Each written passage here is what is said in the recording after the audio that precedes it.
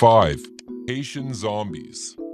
Throughout history, there have been numerous reports of zombies on the island nation of Haiti. While it's difficult for modern researchers to substantiate many of these claims, they do make you think. In 1997, an English medical journal launched an investigation of 3 supposed cases of zombification in Haiti. Out of the 3 alleged zombies they studied, they concluded that none of them were actually zombies. One, they said, was suffering schizophrenia, and the other 2 were cases of mistaken identities. However, the study looked at just 3 cases. There have been many more throughout history that no one has researched critically. Could there be a zombie secret hiding in the wilderness of Haiti, waiting for its chance to strike? 4.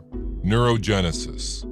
Thanks to stem cell research, it will soon be possible for humans to regenerate decaying organs.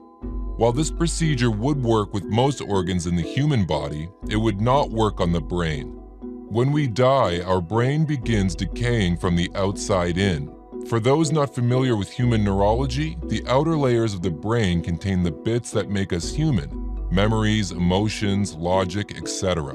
While the inner layers contain the bits that keep us alive and functioning: breathing, eating, heartbeat, etc. Unless you're reviving someone immediately, the outer layers of brain function will be too decayed to bring back.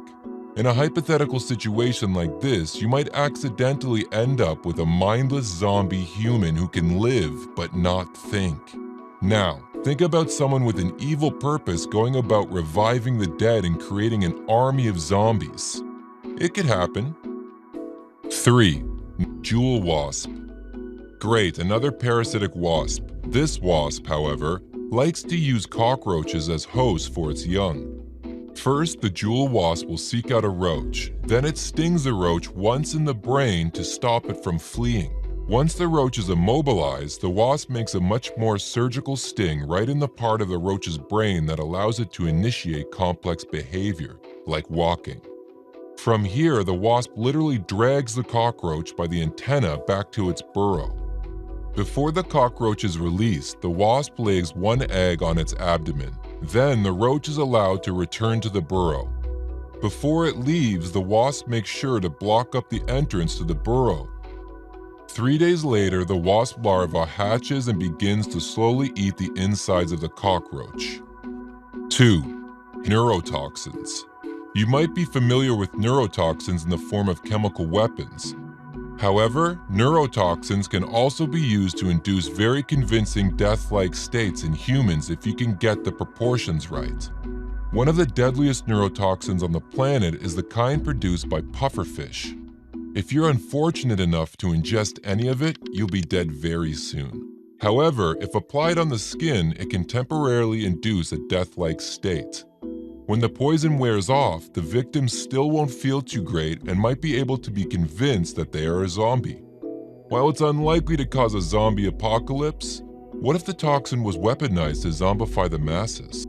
1. Mad cow disease. Did you know that humans can get mad cow disease? In humans, doctors call it Creutzfeldt-Jakob disease. Creutzfeldt-Jakob has symptoms that are strikingly similar to how the rage zombies act in 28 Days Later. Here are a few of them. Changes in gait, hallucinations, stumbling and falling, muscle twitching, myoclonic jerks or seizures. Doesn't that sound like a zombie to you? Luckily though, Creutzfeldt-Jakob does not induce violent tendencies in its victims.